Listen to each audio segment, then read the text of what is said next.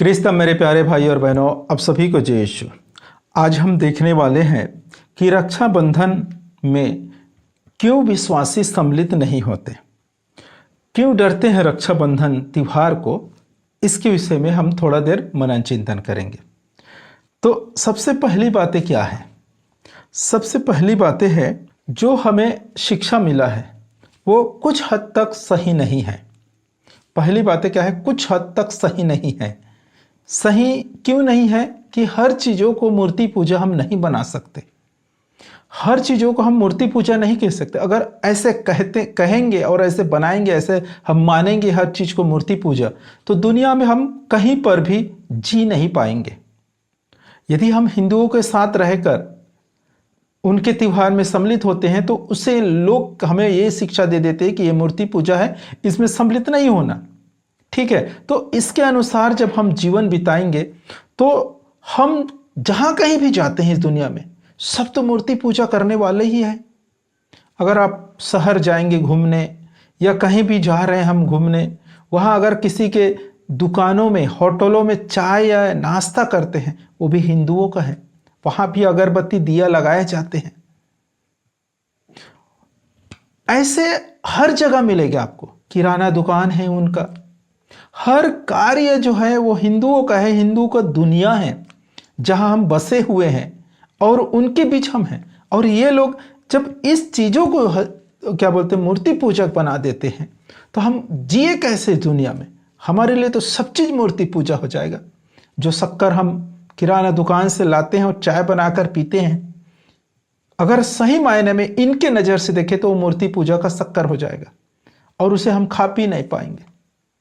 जिस नमक को हम किराना दुकान से लाते हैं और वो लोग पूजा करके हमें देते हैं, तो उस नमक को हम भी नहीं खा पाएंगे। तो इनके नज़र से कैसे हम बचेंगे मूर्ति पूजा से? मेरे प्यारे भाई और बहनों, ये लोगों का जो शिक्षा है आधा अधूरा है। इसलिए जो हमारे पास जो शिक्षा आए हैं वो बिल्कुल गलत है, कुछ हद तक गलत है ऐसा हम कह सकते हैं।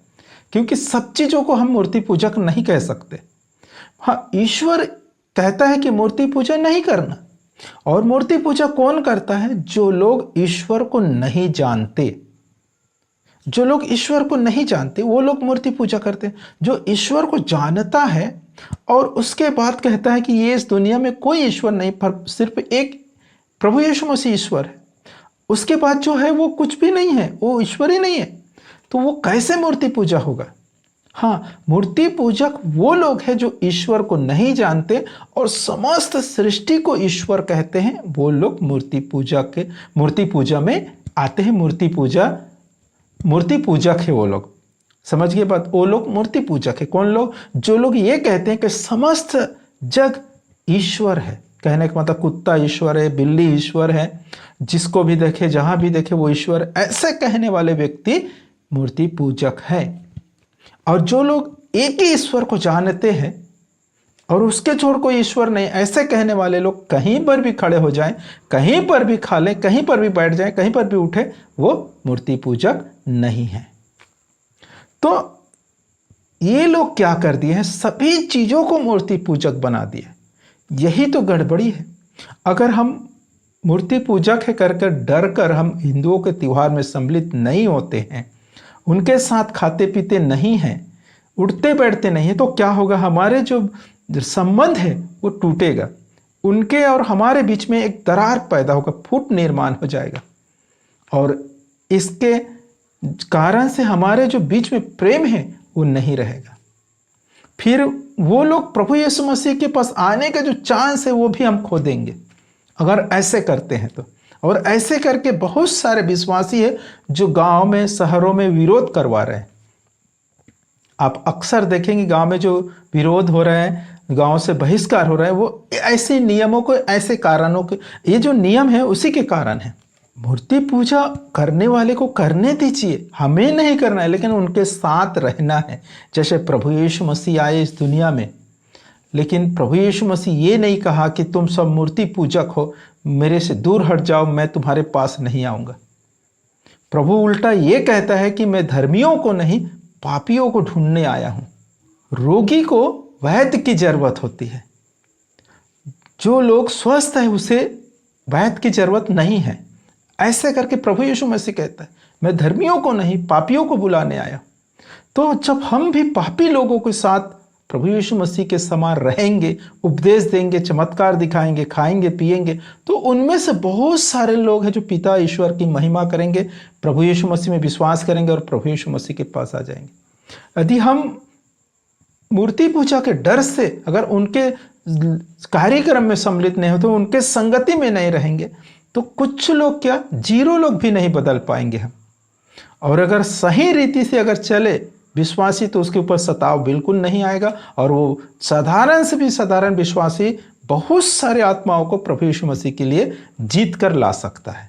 ये मेरे गारंटी है, अगर हमारे बाइबल के अनुसार चले तो। लेकिन आज बाइबल के अनुसार चल ही नहीं रहे, सभी बातों को मूर्ति पूजक बना दिया ये लोगों ने, और उसके डर के कारण विश्वासी रक्षाबंधन के त्योहार में सम्मिलित हो ही नहीं रहे।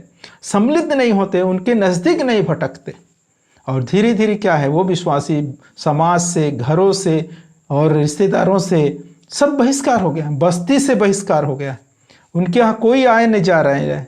फिर वो कैसा है, दूसरे से प्रेम करेगा और दूसरा उनके साथ कैसे प्रेम करेगा।